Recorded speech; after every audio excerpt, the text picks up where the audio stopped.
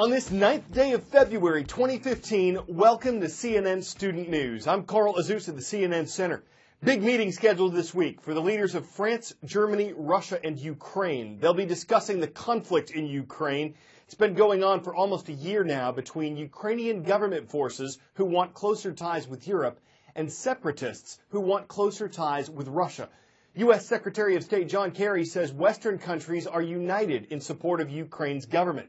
But while the U.S. considers giving weapons to Ukraine's military to fight the rebels, Germany says that's not the solution. It carries the possibility of starting a conflict with Russia, who's been accused of supporting the rebels. Months of fighting has killed more than 5,000 people and obliterated landscapes, cities, and a once-renowned airport. Nowhere has the fighting been fiercer in the worst war to hit Europe since the Balkans than here. Donetsk, once proud Sergei Prokofiev International Airport.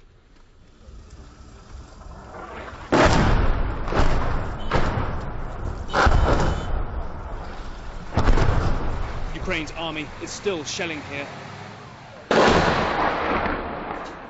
Despite being pushed out of this former stronghold 2 weeks ago by these Russian-backed separatists, themselves heavily armed.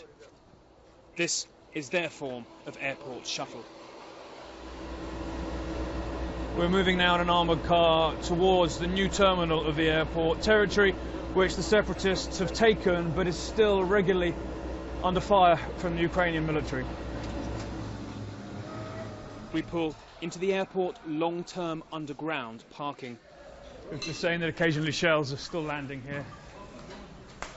The fight for here killed hundreds as Ukrainians used service tunnels to hold part of the complex. The last call for passengers on this walkway passed months ago. These pictures from 3 years ago showing how it used to sparkle. Hard to imagine how just 6 months ago we were here flying out of Donetsk at this that was then a state-of-the-art international terminal. Just look at the destruction and how this symbolises how far eastern Ukraine has fallen.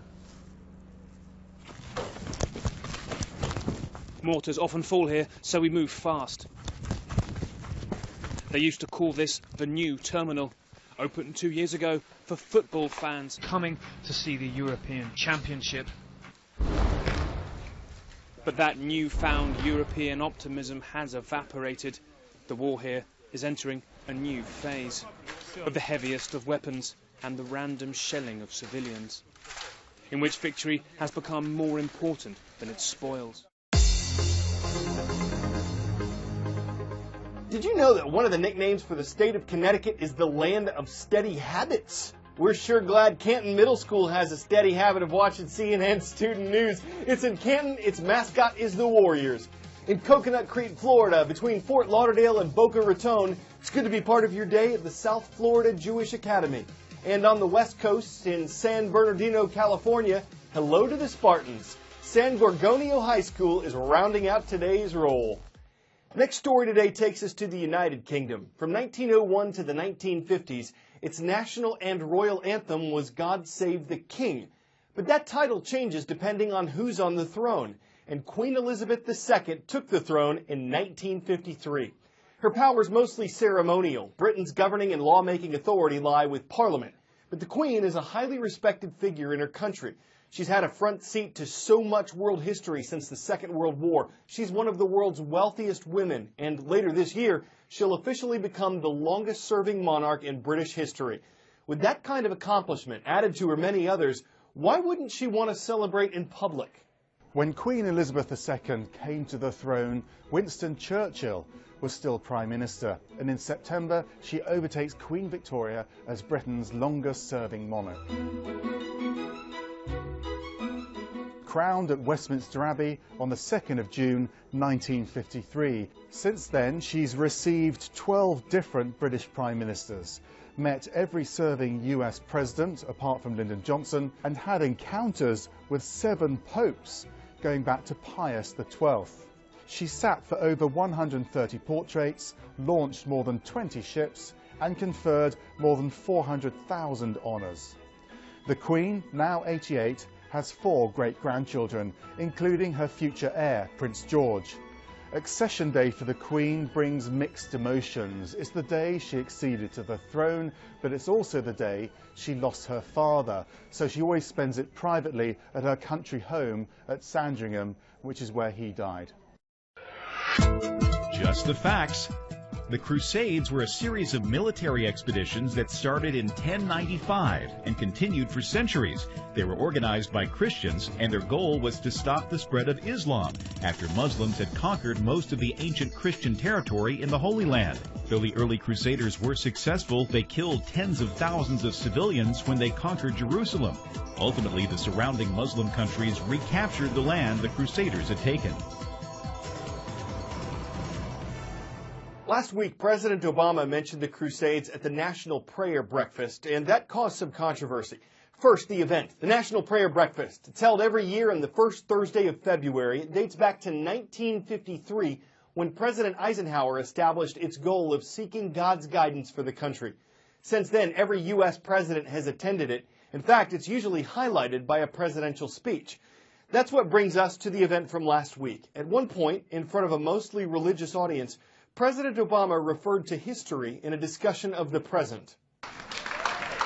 Conservative Christians are up in arms about remarks President Obama made at the National Prayer Breakfast Thursday about the Islamic extremists the U.S. is fighting in Iraq and Syria, and the atrocities that these terrorists are committing in the name of Islam. Lest we get on our high horse and think this is unique to some other place, remember that during the Crusades and the Inquisition, people committed terrible deeds in the name of Christ.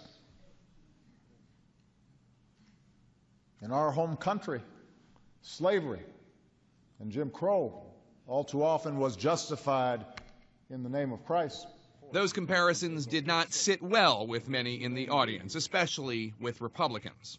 Probably strategically and historically the worst thing that a president could have said at this moment because of the existing crisis that is going on to this day. Former Virginia Governor James Gilmore says he does not understand why the president felt the need to equate ISIS militants with Christians from decades, if not centuries ago.